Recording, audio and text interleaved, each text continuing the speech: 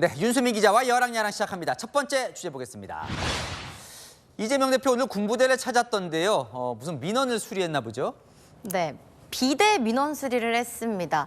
이 대표 총선을 겨냥해 1호 국방 공약을 들고 이 해병대를 찾았는데요. 현장에서 나온 말은 이거였습니다.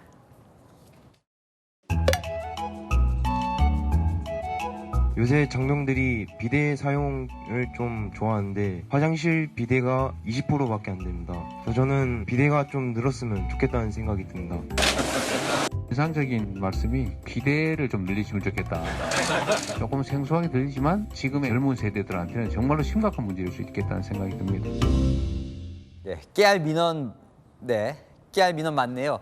자, 오늘 총선 1호 국방 공약 발표하러 갔다던데 그건 뭐였습니까?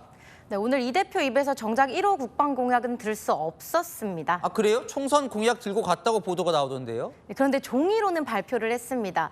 군부대 현장에서 기자들에게 나눠둔 이 보도자료를 보시면 A4 용지 3페이지에 걸쳐서 공약이 써져 있죠. 바로 이 공약입니다. 당직 근무비를 일반 공무원 수준으로 인상토록 하겠습니다. 예비군 동원 훈련 기간을 단축을 하고. 그러니까 이재명 대표가 군부대에 갔는데 발표는 또 다른 사람이 했네요.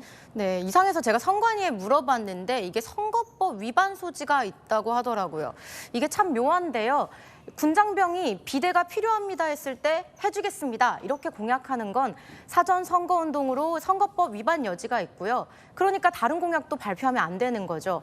다만 오늘처럼 노력하겠다, 신경 쓰겠다며 고충을 들어주는 건 된다고 합니다.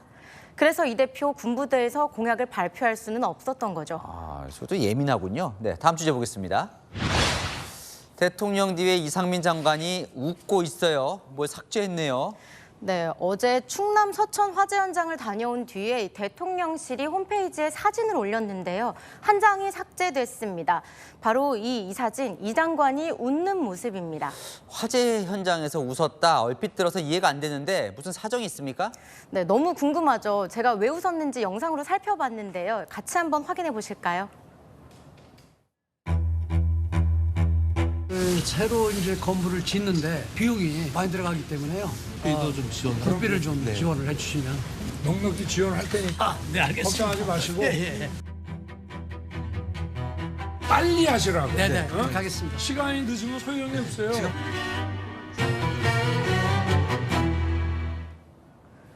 국비 지원 약속에 안도의 웃음이었던 것 같은데요. 사진만 보면 충분히 오해를 살 수 있는 상황이었습니다.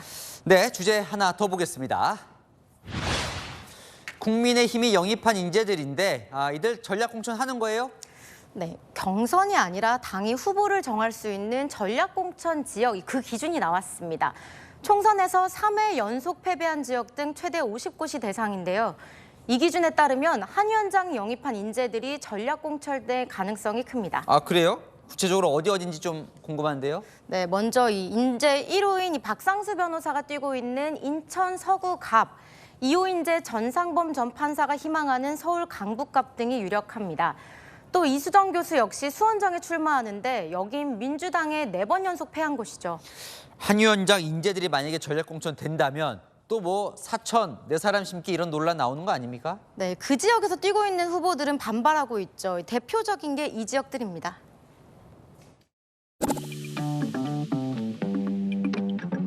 국민 여러분, 국민의힘의 김경유가 더불어민주당의 정청래 누가 진짜입니까?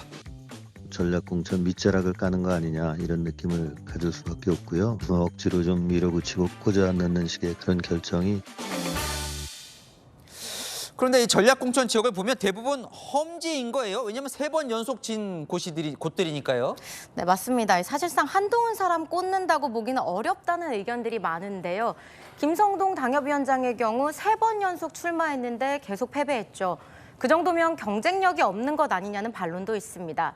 험지 나갈 인재들을 한 위원장이 잘 영입했다는 의견도 있는데요. 정영환 공관위원장, 일부러 이런 룰을 만든 것은 아니라며 고도의 전술이라고 했습니다. 인재 영입도 어려운데 영입한 인재를 적재적소에 배치하는 건 더 어려운 일 같네요. 네, 지금까지 여랑야랑이었습니다.